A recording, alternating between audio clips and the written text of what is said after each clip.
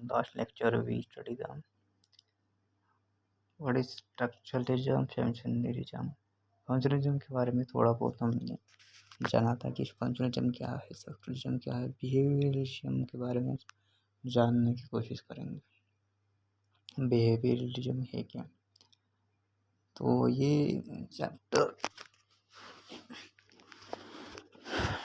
ये chapter class 12 की psychology का फर्स्ट चैप्टर है।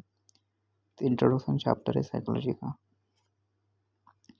साइकोलॉजी का एक पार्ट है जो साइंस का पार्ट है, साइकोलॉजी ना कि आर्ट्स का पार्ट है।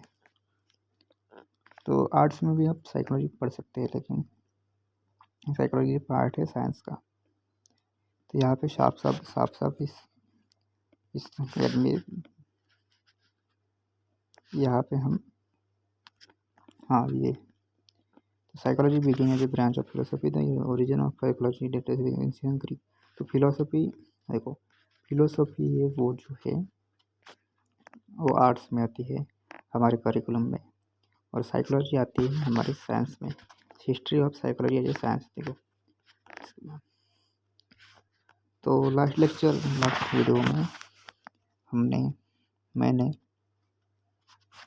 बताया था कि थोड़ी बहुत जानकारी हल्की सी पढ़ी थी, जो हिस्ट्री क्या है, साइकोलॉजी सब्जेक्ट कैसे, साइंस का पार्ट कैसे बना, साइंस की ब्रांच कैसे बनी, उसके बारे में मैंने मैंने बताया था पढ़ाने के हिसाब से।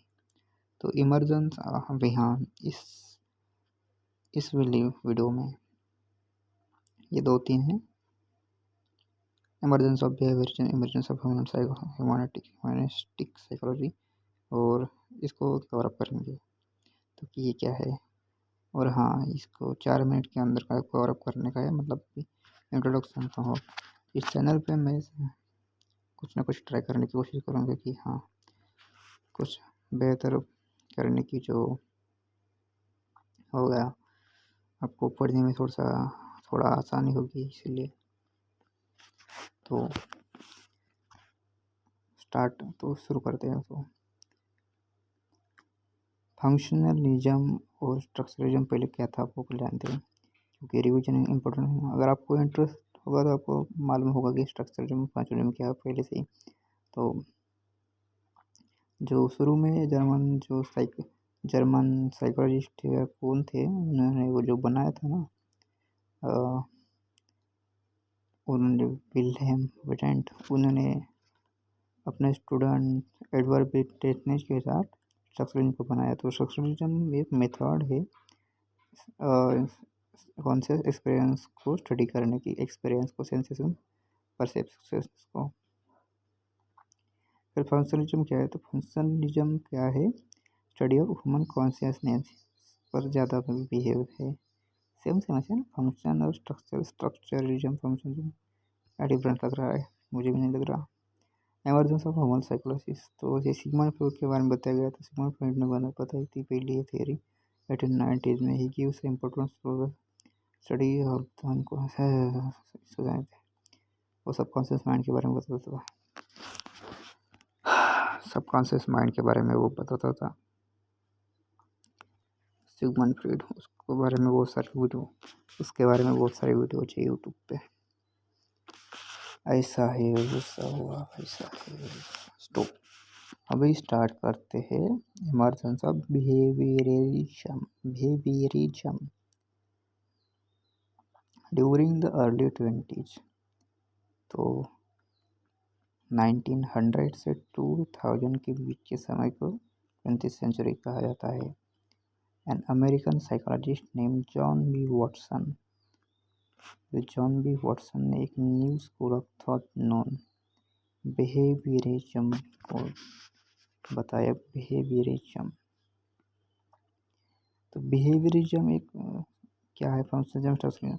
बिहेवियरिज्म ने रिजेक्ट किया both study of conscious experience और अनकॉन्शियस, मतलब इसने सिगमंड फ्रॉइड की थ्योरी को भी रिजेक्ट किया, और जो शुरू में पायोनियर थे उन्होंने जो साइकोलॉजी को डेप्थ के दिया, विल्हेम जो है उन्होंने उन दोनों की स्टडीज़ को इन्होंने रिजेक्ट किया और अपनी अलग फील्ड बनाई। उसका नाम उन्होंने रखा, क्या रखा नाम, नहीं रखा, हाँ, तो बिहेवियरिज्म बन रखा। तो and made psychology a more scientific discipline by focusing on the study of observable behavior। तो यहाँ पे उन्होंने अनकॉन्शियस और कॉन्शियस सभी तरह से जो चीज़ें स्ट्रक्चर और फंक्शन इनको थोड़ा रिजेक्ट करके क्या किया कि जो इंसान का बिहेवियर रहता है उसको उसके ऊपर उसने ऑब्जर्व करने पर ज़्यादा फोकस किया। सही है, हाँ, शायद मुझे भी नहीं समझ में आता है क्या बोलते हैं। इसलिए मुझे शायद ऐसा लगता है कि मुझे मेरा इंटरेस्ट नहीं है, लेकिन फिर भी इस चैप्टर को ख़त्म तो करना पड़ेगा। अभी इंटरेस्ट नहीं है तो क्या होता है, इसको ख़त्म करना ही, मैं इसको ही लेकिन इसको ख़त्म करना ही पड़ेगा। एमरजेंस ऑफ ह्यूमैनिटिक साइकोलॉजी, इसको डेटा हो यार इस चैप्टर को, मतलब मेरा इंटरेस्ट नहीं लग रहा है मुझे इस चीज़ में।